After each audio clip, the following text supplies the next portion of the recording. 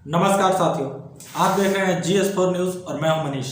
साथियों, आज का जो खबर लेके आया हूं वह राष्ट्र की सुरक्षा और न्यायपालिका पर उठते सवाल को लेकर के है। साथियों, अर्नब गोस्वामी का जो 500 पन्नों का चैट लीक हुआ है, अर्नब गोस्वामी और बार्क के पूर्व CEO जो कि TRP नापती है, उस एजेंसी के पूर्व CEO पार्थो दास गुप्ता और अर्नब गोस्वामी के बीच में जो चैट लीक हुआ है उसके हवाले से हमेशा नए नए खुलासे हो रहे हैं। और अब जो जजों को लेकर के खुलासा हुआ है, इससे भारतीय न्यायपालिका और जजों की निष्ठा पर भी सवाल उठता है। जी हाँ साथियों, मैं आपको पहले ही बता चुका है पिछले वीडियो में, अगर आपने नहीं देखा है तो डिस्क्रिप्शन में जाके आप देख लीजिए कि पुलवामा हमले और एयर स्ट्राइक का पूर्व से ही कैसे अर्नब गोस्वामी को जानकारी था इसका कि चैट लीक होने से लोगों को पता चला है।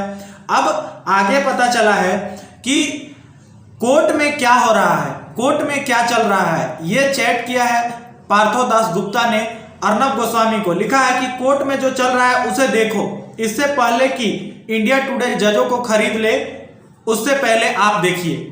यह लिखा है पार्थो दास गुप्ता ने अर्नब गोस्वामी को। सवाल उठता है कि क्या जजों की खरीद बिक्री किया जाता था?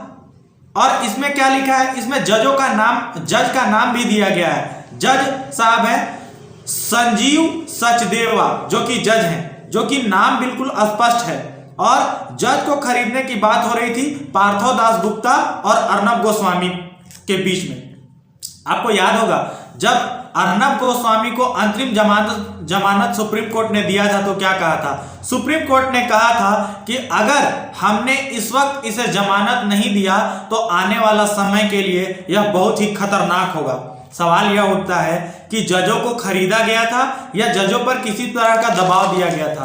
साथियों, यहां पर एक चीज और होता है कि जो कोर्ट की अवमानना को लेकर कुणाल कामरा पर सुप्रीम कोर्ट ने स्वतः संज्ञान लिया था, तो यहां व्हाट्सएप चैट में जो लीकेज हुई है, व्हाट्सएप चैट जो लीक हुआ है जिसमें जजों की खरीद बिक्री की बात हुई है, क्या कोर्ट इस पर स्वतः संज्ञान लेकर कार्रवाई करेगा और नहीं तो क्यों? अब बात आगे बढ़ते हैं। ये जो शख्स अर्नब गोस्वामी खुद को बहुत बड़ा देशभक्त कहता है और खुद को राष्ट्रवादी साबित करने की कोशिश करता है और बार बार कहता है, पूछता है भारत, पूछता है भारत। लेकिन अर्नब गोस्वामी और पार्थो दास गुप्ता के बीच जो चैट लीक हुआ है उसने राष्ट्रीय सुरक्षा और कोर्ट के जजों, सुप्रीम कोर्ट के जजों पर भी सवाल खड़ा किया है। और साथ ही साथ प्रधानमंत्री जी के जो वक्तव्य हुआ करते थे उस समय पुलवामा हमले के बाद जो सर्जिकल स्ट्राइक हुआ था, उस समय का जो प्रधानमंत्री जी का जो वक्तव्य, आदरणीय प्रधानमंत्री का जो वक्तव्य है, जो उन्होंने कहा था, उस पर भी सवालिया निशान उठते हैं। पुलवामा जब हमला हुआ तो अर्नब गोस्वामी ने सभी चैनलों से 20 मिनट पहले इस खबर को अपने चैनल पे चलाया और 20 मिनट पहले चलाने के बाद फिर अपनी TRP बढ़ने का जश्न भी मनाता है। इस बात का जानकारी अर्नब गोस्वामी और TRP नापने वाले एजेंसी के पूर्व CEO पार्थो दास गुप्ता के लीक चैट से पता चला है। अब सवाल यह उठता है कि यह जो व्यक्ति खुद को राष्ट्रभक्त कहता है, सबसे बड़ा देशभक्त कहता है, वह जवानों के शहादत पर जश्न मनाता है, तो इसे देशद्रोही कहा जाना चाहिए या नहीं कहा जाना चाहिए? क्या इस पर देशद्रोह का मुकदमा दर्ज होना चाहिए या नहीं दर्ज होना चाहिए? अब इतना बड़ा कांड हो गया इस देश में, सुरक्षा को लेकर के भी कई सारे सवाल उठा रहे हैं ये व्हाट्सएप चैट, लेकिन मेन स्ट्रीम की मीडिया चुप है, सरकार चुप है। आखिर चुप क्यों है, यह भी बहुत बड़ा अपने आप में सवाल उठता है। आपको याद होगा साथियों कि जब सर्जिकल स्ट्राइक हुआ था तो उसके बाद तुरंत प्रधानमंत्री जी ने क्या कहा था? प्रधानमंत्री जी ने कहा था कि इस घटना की जानकारी सिर्फ मुझे और रक्षा के उच्च अधिकारियों को, रक्षा क्षेत्र से जुड़े, भारतीय रक्षा क्षेत्र से जुड़े उच्च अधिकारियों को ही जानकारी थी।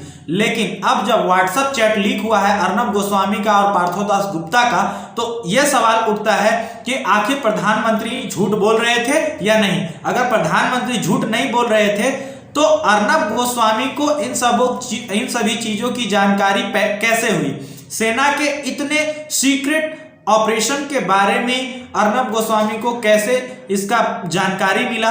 और यहाँ पर सवाल ये उठता है कि इतना सीक्रेट जानकारी जब इसको मिला और इसने सिर्फ पार्थो दास गुप्ता को ही शेयर किया या और लोगों को भी बताया, क्या इसका फायदा पाकिस्तानियों ने उठाया या नहीं उठाया, क्या इस बात की जांच होगी या नहीं होगी।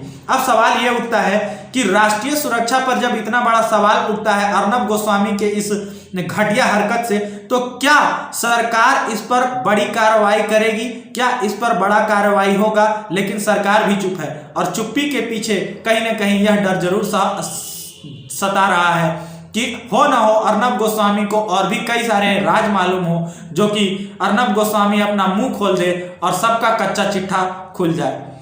अब देखते हैं आगे क्या होता है। इसी तरीके के आम जन के मुद्दों को देखने के लिए बने रहें GS4 न्यूज़।